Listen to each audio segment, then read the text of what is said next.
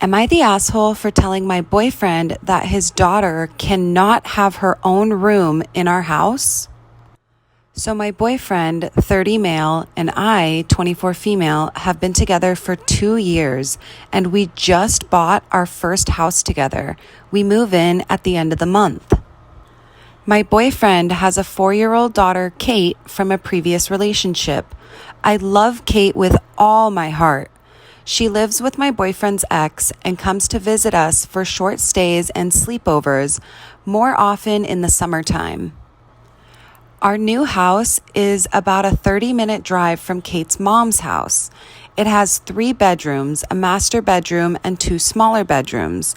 We are converting one of the rooms to be an office for my boyfriend and me to work from. That leaves just 1 spare bedroom. Kate was really nervous about us moving so far away, and my boyfriend has reassured her that she will still get to visit all the time, and she will have her own bedroom waiting for her whenever she wants. My issue with this is that I don't want Kate to treat the only spare bedroom as her personal bedroom. Rather, I want it to be thought of as a guest bedroom. Of course, Kate can stay there whenever she wants to. This isn't part of the debate. I want her to feel welcomed all the time, but I don't want it to be only her room. I don't want it to be filled with her toys, her clothes, so nobody else feels comfortable to sleep in there. I don't think it's fair that a room is reserved for someone who is not there 90% of the time. In addition, my boyfriend and I are planning to have a child of our own, and I want to make sure that when that happens, we will have space for them to live. I can only imagine the circus in a few years if we have to tell Kate we are taking away her room to give it to her new sibling. That is why I want to set expectations now, that Kate is always welcome, but she will only be welcomed as a guest. Now, my boyfriend thinks that I'm the one being unreasonable. He thinks that Kate needs her own room for stability, especially as she feels we are moving far away from her. He says we can keep a pull-out sofa in our office for guests to stay on and call the spare room Kate's room. I think this is absolutely ridiculous. Kate does not need her own room. She doesn't even use it often to my future child. So, am I the asshole for telling my boyfriend that his daughter cannot have her own room in our house? Update. Hi, everyone. First of all, I want to give you all a big thank you. By posting in this sub, I was able to realize just how wrong I was. A lot of you shared your own stories of similar things growing up and how it led to resentment between you and your parents and step-parents. And that is the absolute last thing that I want for me and Kate. Call me naive, but I simply didn't realize the harm I was perpetuating by withholding a room of Kate's own. By doing so, I was removing a sense of true belonging and welcome. And to those of you that felt personally hurt and victimized by my actions, I am sorry. A number of you have reached out to me privately in anger, and I know that comes from a place of pain and sadness. To you, I am sending along all of my love. In the aftermath of posting, I watched the comments pour in. At first, I was devastated, but with time, I realized that many of you were saying the exact same thing, that Kate needs her own room, that it will still be her home, even if she won't be there very often. I showed my boyfriend my post, and he laughed at me. He told me I was insane for thinking that Kate wouldn't get to have her own room. The past few weeks, we have been occupied with our move and putting together the rooms. We haven't moved over Kate's bed and dresser yet, but we have freshly painted the wall Kate's favorite light blue. and I've bought her a brand new IKEA toy chest for her. We have decided to double the second room as an office/guest room with a pull-out couch and 2 desks. The pull-out is comfortable as both a couch and a bed. I've tested it. It's a little bit crowded in there, but I think it will be a while before we have guests anyway. This past Sunday, my boyfriend brought Kate and me to a nearby federal park. We took a short hike to these ruins, one of Kate's favorite places in the world.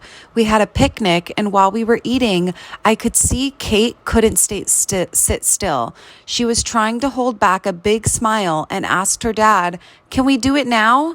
I was confused, and he said, we finished eating. It turns out the two of them had been planning this for a while. They were spending many days together before she started preschool, sitting in the park and going over every detail. He asked me to marry him. Well, Kate asked. In the past, my boyfriend and I had always agreed that we didn't want to get married. But when he asked, my heart almost stopped, and I said yes. I was so caught off guard, but he said with the big change of the new house, he just felt like the time was right. As many of you have said, I shouldn't have been concerned with welcoming Kate into my home. Rather, I should be concerned with being welcomed into Kate's home. And I do feel this now. I want to be a part of Kate's family, and I feel very lucky to be given the opportunity, and I promise I will not let this go to waste. Am I the asshole for asking a disabled man for the disabled seating on the bus, even though I'm not physically disabled? I, 22 male, have extensive trauma that does not allow me to have my back turned to anyone in public area. If so, I start shaking, crying, and having full-blown panic attacks. I would also like to add that I have a service dog. Well, on this particular bus I take, the disabled seating is perfect because it's in the back and it's facing towards everyone. On this day, the bus was pretty crowded, so all the seats were taken. I could feel myself getting pretty anxious already, so I decided to approach a man in the disabled seat that did not look visibly disabled. I asked him if I could have the seat as I could feel my anxiety getting worse. He said I didn't look disabled and explained that he has a really bad knee and another medical condition that I can't exactly name. But it didn't allow him to stand for long periods of time. He pulled out a cane that I hadn't seen previously before. I pointed to my service dog, telling him that although I didn't have a physical disability, I was very much considered disabled. I told him that the ride was only about 5 minutes long and I would appreciate if I could just sit for the meantime so I wouldn't have a panic attack and disturb the other passengers. He shook his head, saying he needed the seat more regardless, and that I was just being a big baby. The woman next to me chimed in to say that since I could stand, I would be fine, and asking him was extremely rude of me.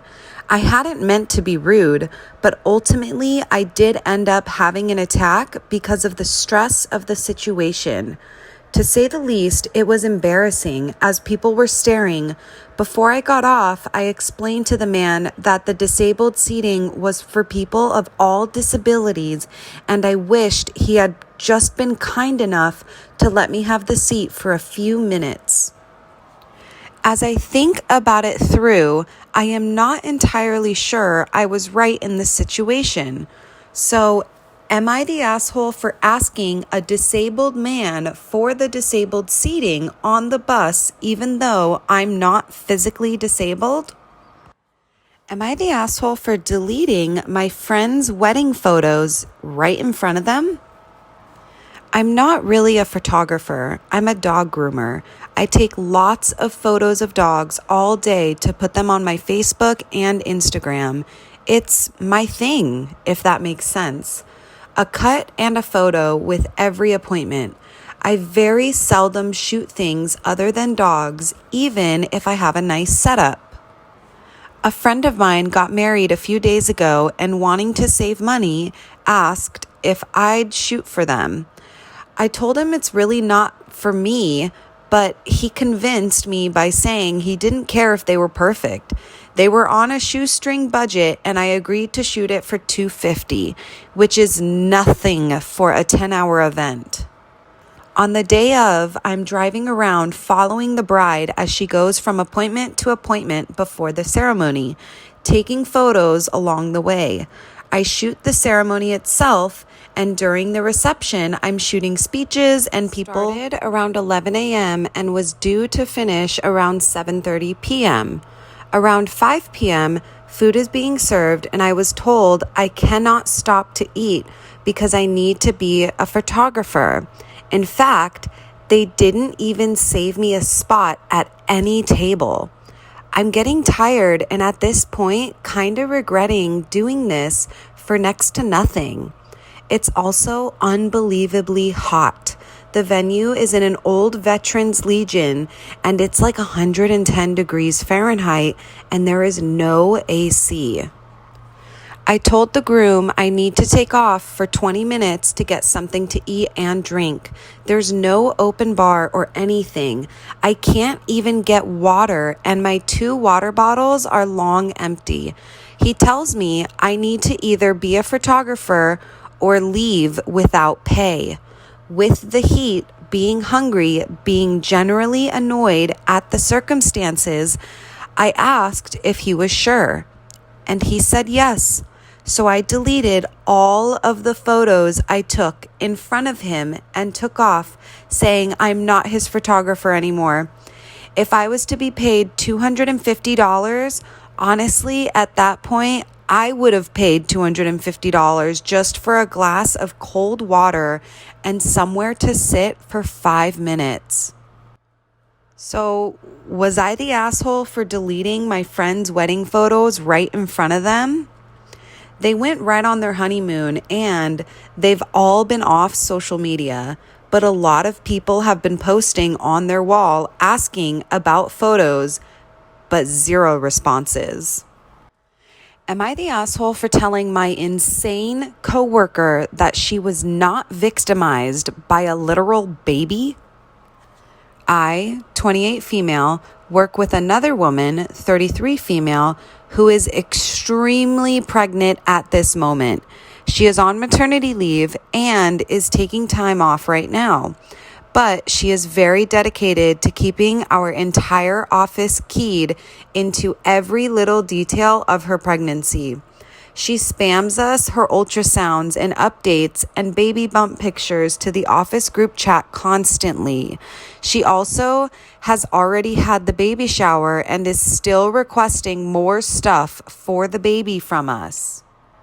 She has been treating the baby like it's a child, playing Mozart and playing a math podcast to it so it will come out with a higher IQ.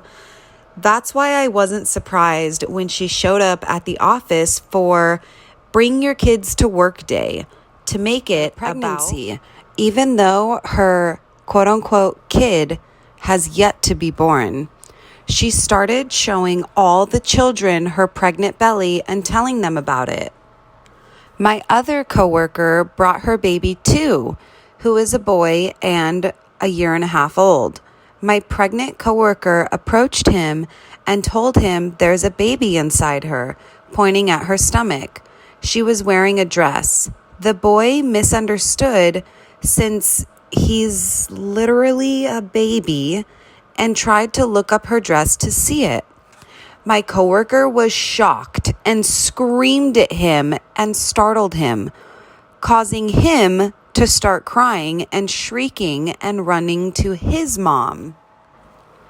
His mom was furious and started yelling at my pregnant coworker that she's a lunatic and saying why is she even here since her kid isn't even born yet.